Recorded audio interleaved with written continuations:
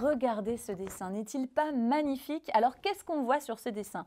3 faisceaux lumineux, 3 enfants et puis une dame qui encourage ses enfants.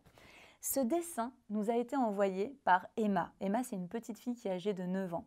Elle nous a envoyé ce dessin dès qu'elle a appris qu'il était possible d'encourager 3 enfants qui ont été gravement blessés suite à un attentat à la bombe dans leur église en Indonésie. C'était dans le cadre d'une campagne Écrivez-leur organisée par Portes Ouvertes au mois de février. Et ce qui est splendide, c'est que cette petite fille a voulu leur dire « Mais si vous saviez à quel point vous êtes beaux aux yeux de Dieu ». Cette parole est très importante. Pourquoi? Parce que certains de ces enfants avaient même peur de leur propre reflet.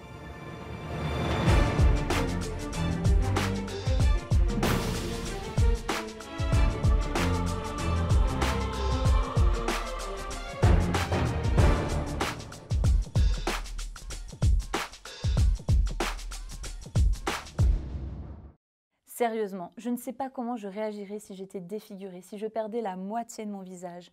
Apprendre à me réveiller chaque matin sans amertume et devoir assumer ce reflet, mais c'est quelque chose qui me semble absolument impossible. Pourtant, je sais que c'est possible. Oumar Moulinde, un pasteur ougandais, a été agressé en 2012 à l'acide et lui aussi a été défiguré. Lorsque je lui ai demandé qu'est-ce qu'il pensait du verset « Heureux les persécutés », voici ce qu'il m'a répondu. Je considère cette épreuve comme une victoire contre le mal, même si je souffre. Pour moi, c'est une victoire. Je souffre parce que je suis chrétien et non un criminel que l'on punirait. Et dernièrement, l'histoire de Samia, une chrétienne égyptienne, m'a profondément troublée. Le drame a eu lieu le 11 décembre 2016. Un terroriste est entré dans son église et s'est fait sauter. Elle a perdu la moitié de son visage. Je n'ai rien senti après l'explosion. J'étais évanouie. Puis ils m'ont emmenée à l'hôpital. Quand je me suis réveillée à l'hôpital, ma bouche était pleine d'eau. La deuxième fois que je me suis réveillée, il était 11 heures du soir. J'ai agrippé mon visage. J'ai senti le pansement qui le recouvrait. Le médecin m'a demandé « Tu t'appelles Samia ?» J'ai répondu « Oui ». Et il a demandé à nouveau « Votre mari est-il » J'ai acquiescé. Au début, quand on ne m'avait pas encore identifié, j'étais juste un numéro. Il lui avait donné le numéro 99. Personne ne pouvait la reconnaître. Juste avant l'explosion, Samia était en train de prier Dieu. Elle lui demandait de bénir l'Égypte, d'éloigner les terroristes, de prendre soin des affligés.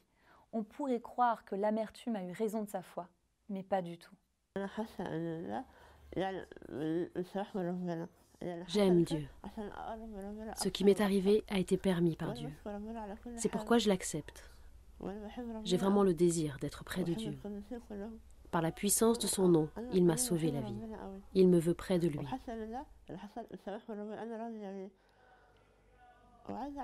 J'ai été interviewée par une chaîne de télévision. Ils m'ont demandé si je voulais me venger des gens qui m'ont agressée. J'ai dit non. Je ne veux pas me venger. Je prie pour que Dieu pardonne à mes agresseurs. Et moi, je leur pardonne. J'espère que Dieu va les guider.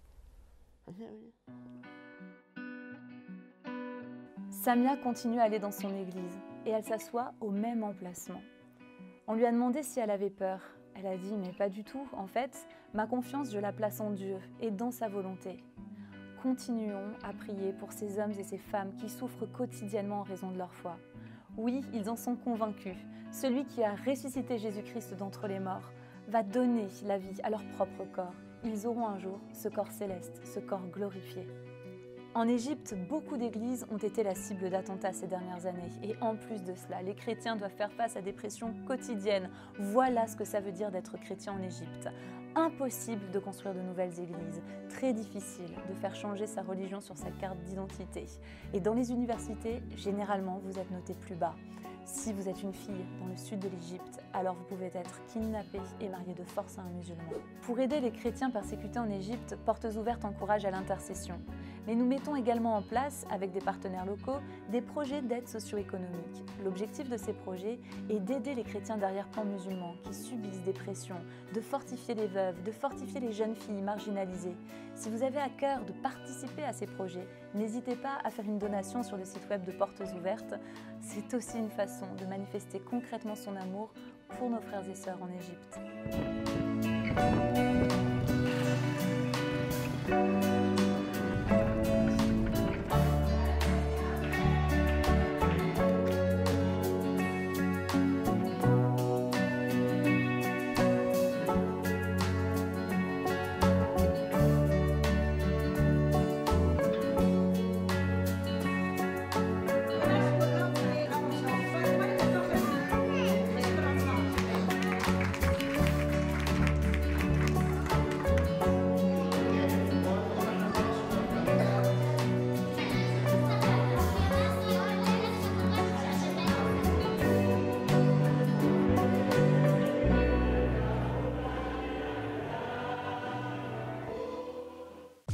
Voilà, cette chronique plein cadre est désormais terminée et j'espère qu'elle vous a plu. Si c'est le cas, n'hésitez pas à liker et à laisser un commentaire. Nous les lisons tous. Pour visionner les autres chroniques plein cadre, cliquez sur le lien ici. Et pour ne pas manquer la sortie des prochaines chroniques plein cadre, abonnez-vous à notre chaîne YouTube et cliquez sur la petite cloche. À très bientôt.